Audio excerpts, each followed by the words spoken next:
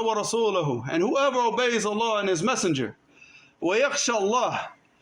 And here Allah subhanahu wa ta'ala used the word khashya. He did not say yakhaf Allah. وَيَخَافَ Allah. He said yakhsha. The khashya is different than khawf. Khawf, it means fear. And if you look up in a translation dictionary, in English, Arabic, it will say khashya, it means fear. So you say, what's the difference? Al-khawf is like a natural fear. But khashya is fear that is with knowledge. You know the abilities that Allah subhanahu wa ta'ala has over you. You know what Allah can do to you. And you know and you fear His punishment and you hope for His reward because you know from the Quran and you know from the Sunnah, you know what will happen to you if you disobey Allah subhanahu wa ta'ala. So that is khashya. It is fear that has its basis in knowledge. Not just natural fear, because khawf, you could be afraid of a lion. You're afraid of a snake or something like that, right? That's not khashya. Khashya, it means that you have fear with knowledge. That you know what Allah subhanahu wa ta'ala, you know the blessing that Allah subhanahu wa ta'ala has, and you also know that the punishment that Allah subhanahu wa ta'ala has for those that do disobey Him. So you live your whole existence between these two things, between hope and fear.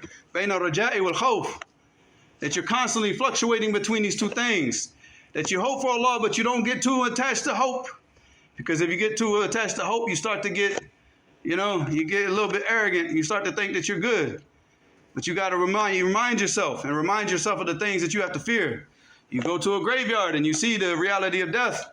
You start to think about the last days and you start to think of how quick that your life can come to an end and how flimsy this life is. So then you live your life back in fear. So you're constantly fluctuating between these two things. And that's what the believer always fluctuates between hope and fear.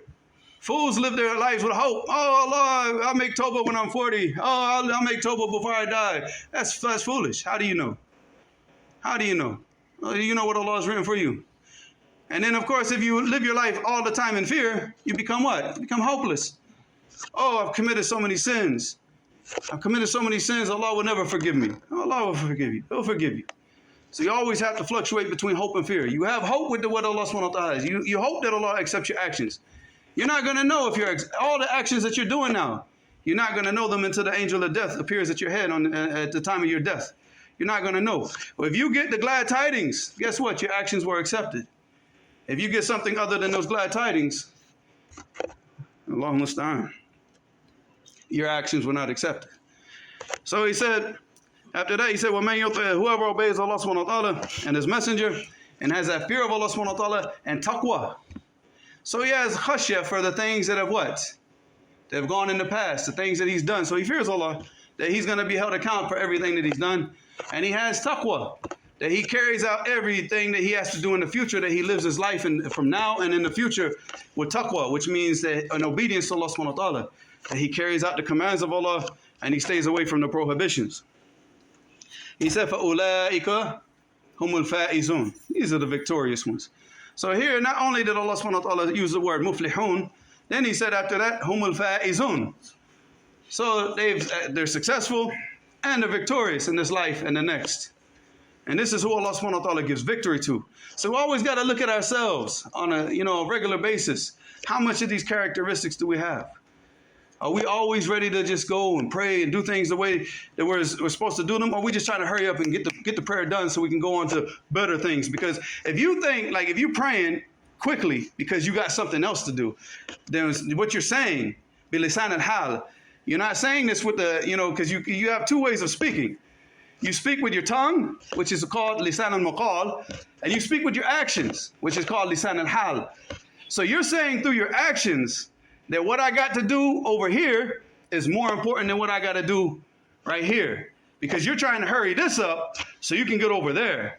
You try to hurry up to pray so you can get to the food. You hurry up and pray so you can go out with your friends. Hurry up and pray so you can get back to the soccer match or something like that, right?